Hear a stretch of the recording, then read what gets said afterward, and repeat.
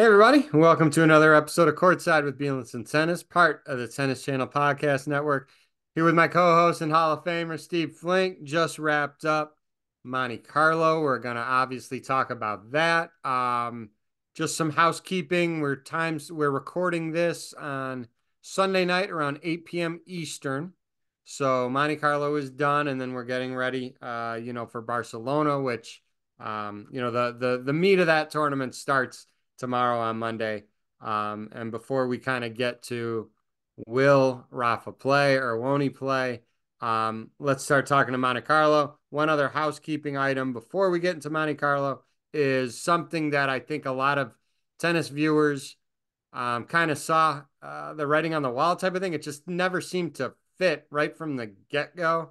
Um, Francis Tiafoe and Diego Moyano splitting up at the beginning of this week. We still don't know what happened with Tiafoe and Wayne Ferreira. There was never really a statement on that, Steve. But the Tiafoe Moyano, Francis is obviously a good player. Diego Moyano, obviously a really good coach. I saw them firsthand in Del Rey. It wasn't lack of work ethic or anything. I mean, Francis was practicing every day when he wasn't playing, sometimes two a days. Diego Moyano has a great reputation. It's just sometimes the personalities or whatnot don't mesh. I mean, you're not surprised by this split, Steve. No, no, I'm not. But I don't think we're looking at a Holger Rune situation like when he went to Boris Becker and then went back to Moratoglu. I'd be really surprised if Francis, if it happened, great, because I think Ferreira did a tremendous job with him. But I'm not expecting that to happen. So that's my only concern is, okay, he's scurrying around in the middle of the season, mid-April. He's got to find somebody. I don't think he's going to want to go coachless for a long time. So I hope for his sake he can land somebody soon. And it's too bad the other one didn't work out. And I also can't believe it's strictly the results that Francis had, that you would blame it on the coach as opposed to the fact that maybe you didn't play up to the standards you wanted. So it'll sort itself out soon enough. Yeah, it's interesting. You see something like Maria Sakkari, David Witt connection, and everyone kind of gets pumped up about that connection. And sure enough, so far the results have shown that relationship is working well. This one with Moyano and Tiafoe just was like, it was interesting at the get go, and then the results weren't there. It's almost like better, let's just break it off sooner rather than just kind of string it along if both know that it's just not working. Yeah, but the mystery to me all along was, why did he ever let Wayne go? I mean, I'm sure they both had their reasons. I'm not. There's a lot that we don't know. But what we do know is that it was a pretty successful partnership. We do know that Wayne himself was a great player, good, really good tennis mind. And they seemed to get along well. And I thought the strength of that relationship, and I base this on interviews I did with Wayne, is that he spoke his mind. That he would tell Francis exactly what he thought, and sometimes that meant some strong constructive criticism. But I thought they gelled well together, and they'd had some really good couple of years. So that's the mystery to me, is why that one broke up. Not this one, but that one. Yeah, let me repeat. I think I heard you correctly. You said that you wonder why Francis let Wayne go. We don't know if that's the case, right? Yeah, It all could have right. been the No, other. we don't. I mean, look, I either way, I don't. If it was Wayne deciding to go, that's also a mystery to me. Why, if they seem to have a very good way of operating together in an honest way of, in their dialogue. So even if it was him, I don't get that either. Yeah, And so it there someday we'll know the story. But in the meantime, Francis is a critical stage of his career. These next couple of years are pretty important to him. So therefore, he needs to get this resolved fast so that he can get into the heart of this season, try to do decently in the European clay, have a good Wimbledon, and then particularly have the hardcourt circuit that we know he's capable of having. agreed. All right, let's get into the tennis in Monte Carlo. No Rafa, no Carlos. They both withdrew before the tournament. Novak Djokovic. I think if you're a Novak fan, I think you're pretty satisfied with this week. Yeah, he lost in the semis, but he has some good wins and he had some challenging matches early, Steve. I mean, Musetti is no gimme. That's not a gimme early round matchup. Novak was down early one. He beats also Alex de Minaur. Casper Ruud beats Novak 6-4 in the third in the semis. How did you see the week play out for Novak? Well, I saw all the matches, and I think it's a mixed bag, as he said himself in the press conference at the end. He definitely took some positives. He started off with a really first-rate performance against Safulin, the Russian, and beat him 1-2. And the three games that Safulin won were all he was down break points in all three of those games. So Djokovic was really sharp in that match. It looked like a relatively cool day. Nice start. Then he started having the ups and downs. In the Musetti match, he was down 3-1 and almost got down two breaks. And then he was also down 4-3, 40 love. Musetti with those 3 game points to get to 5-3. Didn't get there. And Novak pretty much took over from there, 7-5, 6-3. Little lapse in the second set. Then he plays a very strange match against Alex de Minaur. And de Minaur, of course, had beaten him in Australia at the start of the year in the team competition. So this is the second match in a row that Novak is avenging a loss against a player who beat him the last time. And the first set I thought was pretty clean. It came down to one break at the end of the set, and Novak won at 7-5. Pretty good set from both. And the second set was very strange. 6 straight breaks at one stage, David, until de Minaur finally holds to make it 4-all. Then from there, Djokovic, the last 2 games, got into the lockdown mode and didn't miss much, only lost 1 point. He looked good the last 2 games.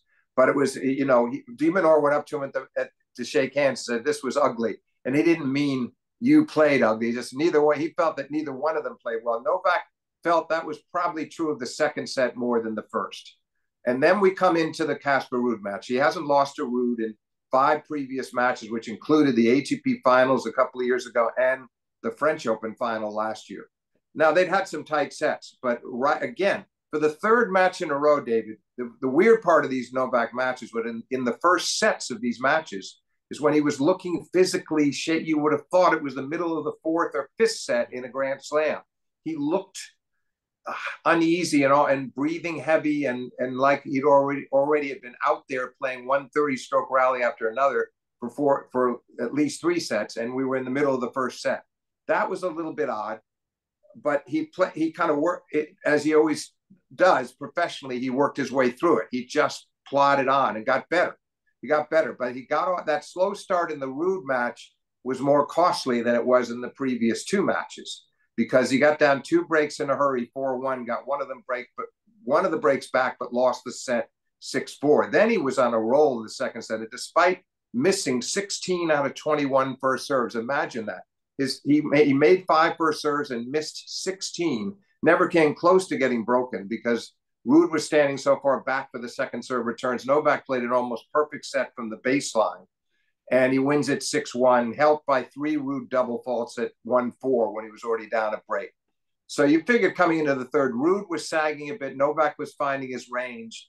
But sure enough, and before you knew it, Ruud was up 4-1 in the third, 1 break. Novak gets it back to 4-all, and again, you figure here he is. This is his moment. But Ruud played a terrific game at 4-all, and then the last game, Novak serving to stay in it. 3 shaky points in a row to go love 40. He saves 2 match points with an ace and a serve and volley. And then on the third, I counted, David, 19 bounces of the ball before hitting the second serve. 19 bounces. That was odd. That he gets like that sometimes when he's a bit tight, I think. Earlier in his career, he was doing that a lot more than he does now. I do that. Yeah, true. But the weird part of it was he had just saved 2 match points brilliantly. Ruud is not threatening him on second serve returns particularly, and a few here and there heavy topspin returns that provoked errors, but largely not a threat, staying way back to make the return. So Novak's pretty safe to hit any kind of second serve he wants. And he didn't really go for it that big, but he went down to the tee and he missed it by about 3 feet. It was way out. And I honestly think he robbed himself of rhythm. He took too long and then he kind of went up and they looked at each other. And Ruud said afterwards how relieved he was because Novak was doing his Novak routine and playing so great under pressure to save the first 2 match points. And he's thinking, I hope something can happen. And he was very funny about that. But so all I'm saying is, yeah, mixed bag, because his level was never where he wanted it to be. I'd say with the exception of the Safulin match, the first round, where he wasn't challenged too much, and the second set of Ruud in the court in the semis. But he got his matches in. He didn't lose early. Right. He got matches in, which is good. Yeah, and he'd only had 11 matches up until right. this. all year long, 8-3 coming in. So this was very valuable to get 4 more. That's the positive. The negative was he goes out on the court knowing that Tsitsipas has beaten Sinner. So when you're struggling with your form, and I could see how if Sinner had won, he'd be thinking a little bit about what might be at stake in the final and wondering if he was playing well enough to beat Sinner right now. But with Tsitsipas, who you've beaten 10 times in a row, I thought that might work in his favor. Not that he was going to assume that he was going to win the title if he gets to the final, but that he'd be obviously more confident about beating Tsitsipas and also, therefore, getting his year on track. He improved it for sure. The semi was, after what happened in Indian Wells, this was a big step in the right direction. But I felt like if he could have gotten through that match, if he made the comeback in the third and finished it off and won 6-4 in the third instead of losing 6-4 in the third, he would have been sharp in the final. I think we would have seen his best. On the other hand, he can look forward to both Madrid and Rome and know that he did get those matches. So I suspect we're going to see better and better from him in those 2 tournaments. My guess is he gets close to peak form in Rome, and that by the French, just like last year, we'll see his best. Yeah, I think I agree with you on that evaluation of Novak. You mentioned Tsitsipas, talking about getting your year off to a better start now. Brad Gilbert on Twitter earlier had a great line. He said 1 week, his college coach told Brad back in the day this line, and it's so true. 1 week can absolutely turn your confidence and year around. Every Monday, his coach said, is a start of a new 52-week calendar. And for Steph Tsitsipas, I mean, he's struggled. He has not had the results that he's wanted for a while. What a week he had. He beats Zverev and Kachanov in straight sets, beats Sinner in 3, and then beats Ruud in straight sets. He's now back up to 7 in the world. He's won this title 3 times, Steve. Yeah, no, look, this has been a fantastic tournament for him, no doubt about it. Brad is right. It changes his whole psyche right now. You could see how it's about the happiest, most gratified, fulfilled I've seen him look in a long time. Couple of comments on what you just mentioned. Number one, the Zverev match. He played really well. He had like a 1-love over Echeverry, so that was the first sign to me that he was playing great. Then he gets out against Zverev and wins the first set. Tight first set, he wins it, and he goes up 5-love in the second set, and it went to a tiebreak. He's managed to pull himself together in the tiebreak. That could have been devastating to lose the set and perhaps the match from a set and 5-love, but he didn't allow it to happen. He beat Khachanov quite comfortably. Now the Sinner match was amazing because played a terrific first set, did Tsitsipas. 1 break early for 2-1 and made it count, won the set 6-4. Goes down 3-love in the second, makes a bid to come back, had 5 break points in the last game of the set before Sinner served it out at 5-3 and won the set 6-3. But that if Steph would have broken there, who knows, might have won it in straight. Then he goes down a break in the third.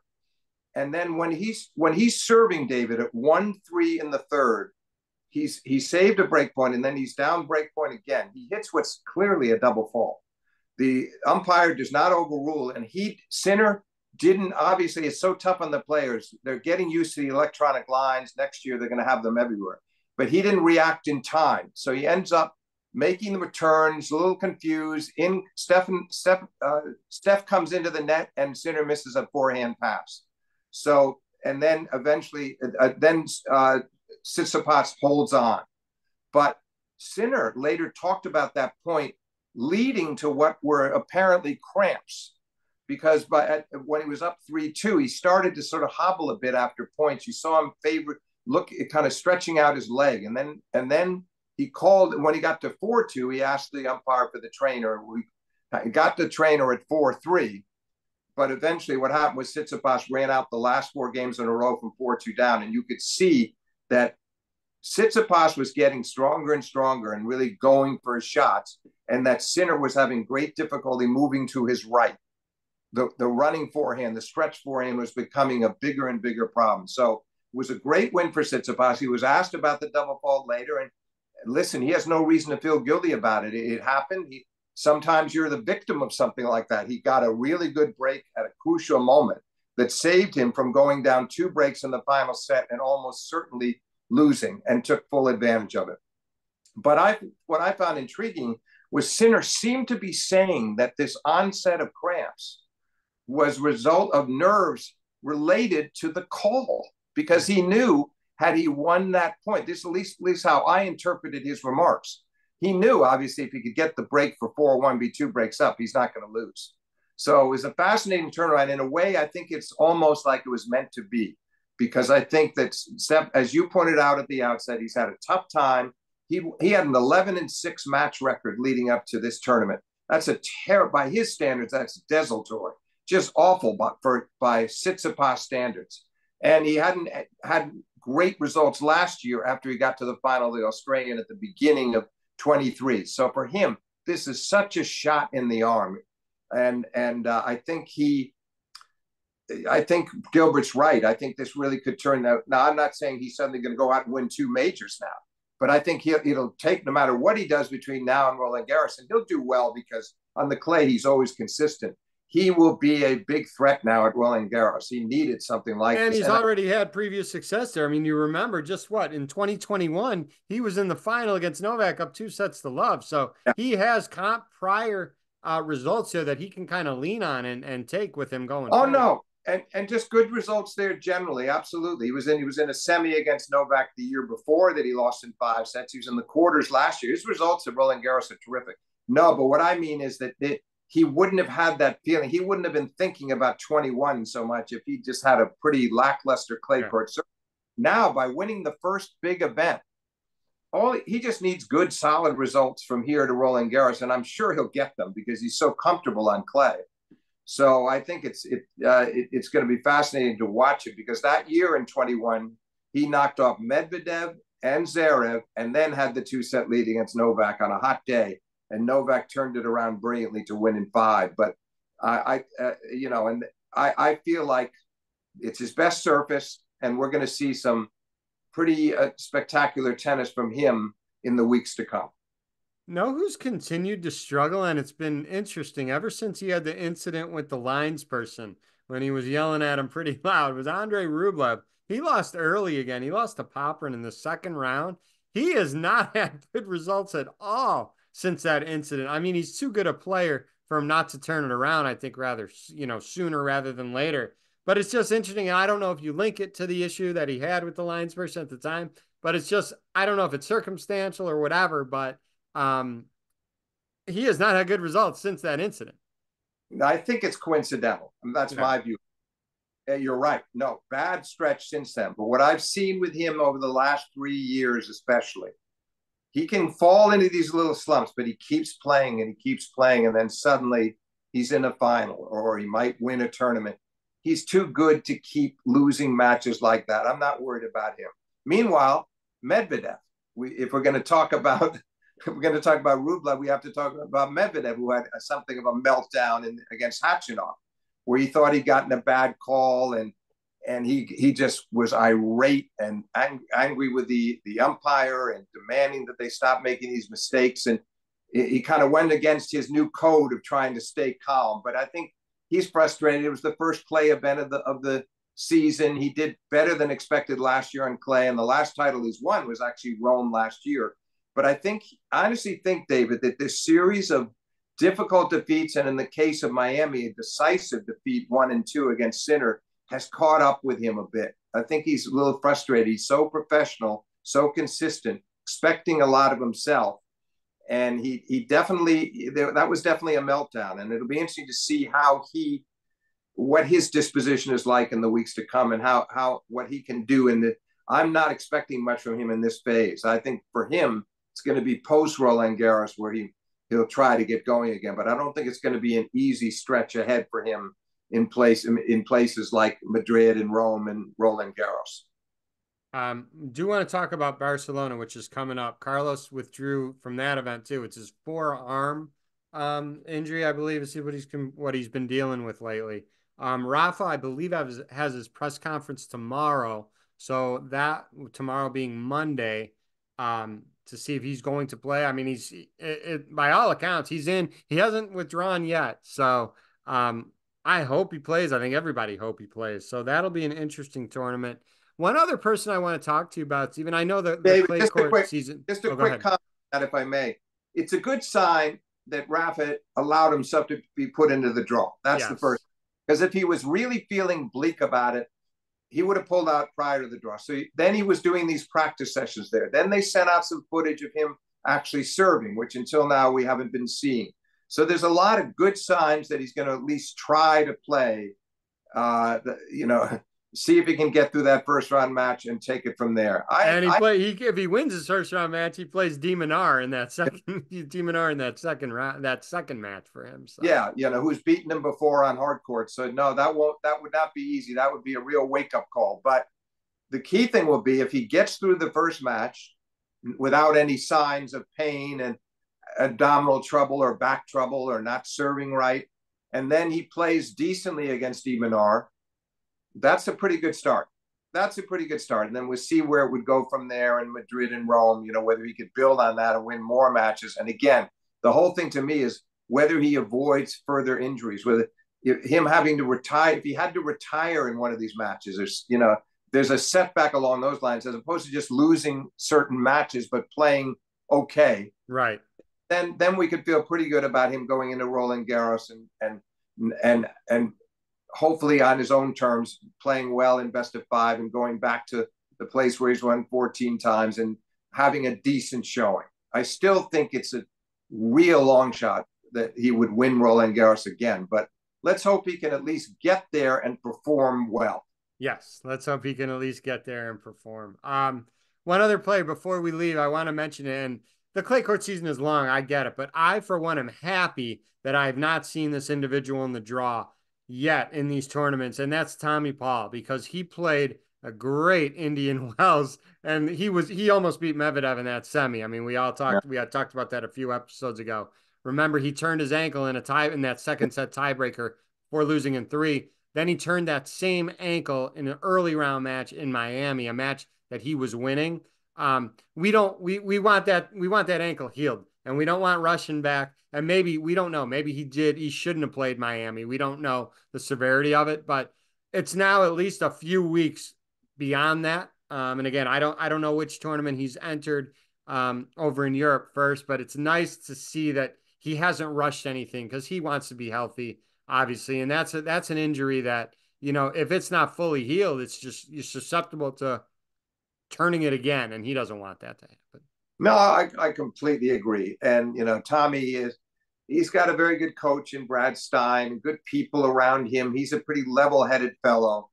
So I agree. I mean, he's got to take his time. And even if that means that he doesn't get back until Roland Garros, that's okay. There's a lot of tennis after that on the grass, you know, the hard court circuit in the summer where he expects to do very well. It goes back to the Open and then the fall. So he doesn't want to set himself back and then miss more months. So he's got to take his time, and he seems to be doing that. Anything else before we sign off? No, this has been fun. I mean, it'll be the press conference tomorrow will be interesting. I'd be very surprised if Rafa announced at the press conference, well, I've tried to get ready, but I'm not satisfied with my practice sessions, and I'm going to wait for Madrid. I don't think that's what we're going to hear. I think he's going to say, I've been practicing. I'm going to give it a try. I think I'm ready to play at this level again, and I'm going to test myself, and I'm very excited about it. That's what I hope we hear. Let's hope, Stephen. Again, yeah, let's test himself and stay healthy and no setbacks. And let's see if we could have at least one more run of Rafa on the European clay. That would be great, Steve.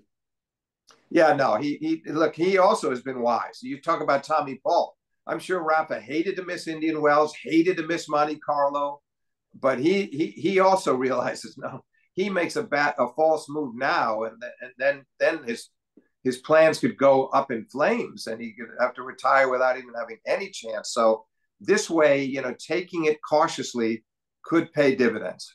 Well, let's hope. Thanks for your time, Stephen. Let's hope we all get to see Rafa along with all the others in Barcelona this week. This was fun, Steve. Enjoyed it, David.